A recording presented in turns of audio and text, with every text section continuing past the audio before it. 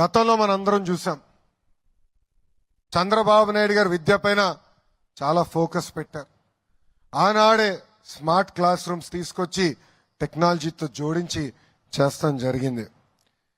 విద్యా వ్యవస్థని గత 5 సంవత్సరాలు దారి తప్పిన విద్యా వ్యవస్థని గాడిలో పెట్టాలన్న బాధ్యత నాకు గౌరవ ముఖ్యమంత్రి గారు ఇచ్చారు. విద్యాశాఖ అంటే ఎన్నో సవాళ్ళు, సంఘాలు ఉంటాయి. ఒక నిర్ణయం తీసుకోవాలంటే పిల్లల భవిష్యత్తు దానిపైన ఆధారపడి ఉంటుంది. నేను విద్యాశాఖ మంత్రి అవుతున్నానంటే 99% మంది నాకు మెసేజ్ పెట్టి ఆ శాఖను ఎందుకు తీసుకుంటున్నావు అని అడిగారు. ఆ రోజే నేను అనుకున్నా, అబ్బా ఇది అద్భుతమైన శాఖ, ఇక్కడ నా అవసరం ఉంది, ఒక ఛాలెంజ్ గా తీసుకుని వ్యవస్థని సెట్ చేస్తానని మనసులో అనుకున్నాను. గతంలో చూసాం, ప్రతి కార్యక్రమంలో పార్టీ రంగులుండేది, ప్రజాప్రతినిధులు రాజకీయ నాయకులు ఫోటోలు ఉండేది. గౌరవ ముఖ్యమంత్రి గారు చెప్పి అన్నిట్లో ఫోటోలు తీసేశాం. ఈ రోజు మీరు చూస్తే మీకు ఇచ్చే రిపోర్ట్ కార్డులో ఎవ్వరి ఫోటోలు లేవు.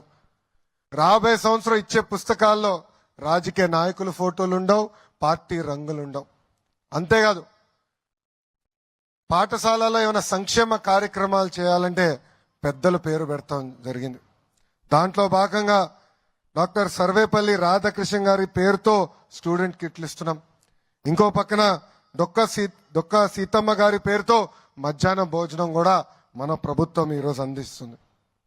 ఇంకా మన ప్రభుత్వం కూడా ఒక నిర్ణయం తీసుకుంది, ఉపాధ్యాయులు చదువులు చెప్పాలి, అది వాళ్ళకున్న ఏకైక బాధ్యత. అంతేగాని మరుగుదొడ్లు ఫోటోలు తీస్తాం, భోజనాల దగ్గర ఫోటో తీస్తాం, ఇవన్నీ ఆపేసేయమని నేను ఇప్పటికీ అధికారులు కూడా ఆదేశాలు జారీ చేస్తాం జరిగింది. అంతేకాదు, మన ప్రభుత్వం ఏర్పడిన వెంటనే 16,300 ఉపాధ్యాయుల పోస్టులు భర్తీ చేసడానికి మెగా డిఎస్సి కూడా ప్రకటించాం. వచ్చే 6 నెలల్లో ఆ ప్రక్రియ కూడా పూర్తి చేస్తాము. ఉపాధ్యాయుల పిల్లలకు అందించే బాధ్యత కూడా మన ప్రభుత్వం తీసుకుంటుందని ఈ సభాముఖంగా హామీ ఇస్తున్నాం.